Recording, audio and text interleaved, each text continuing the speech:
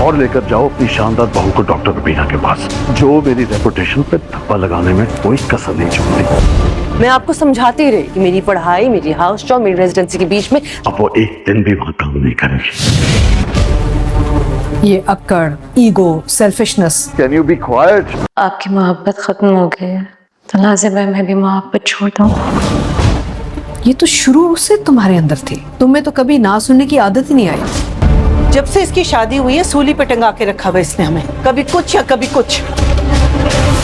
पुरानी यादों को साथ लेकर जाओगी तो मूव ऑन कैसे करोगी? शौहर ससुराल, बच्चों का टाइम नहीं होगा, मैं मैनेज नहीं कर पाऊंगी।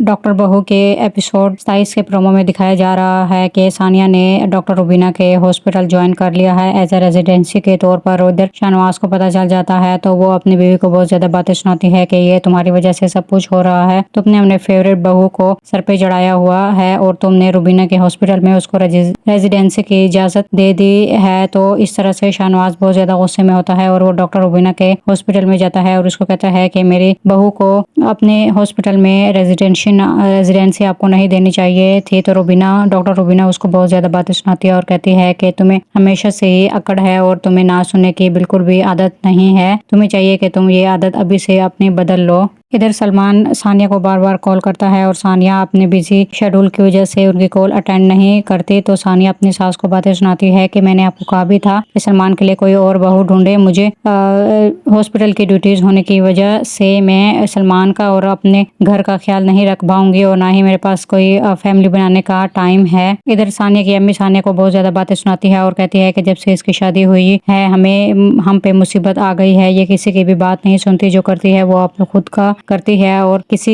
की बात नहीं मानती, इसी की वजह से हम सब परेशान है।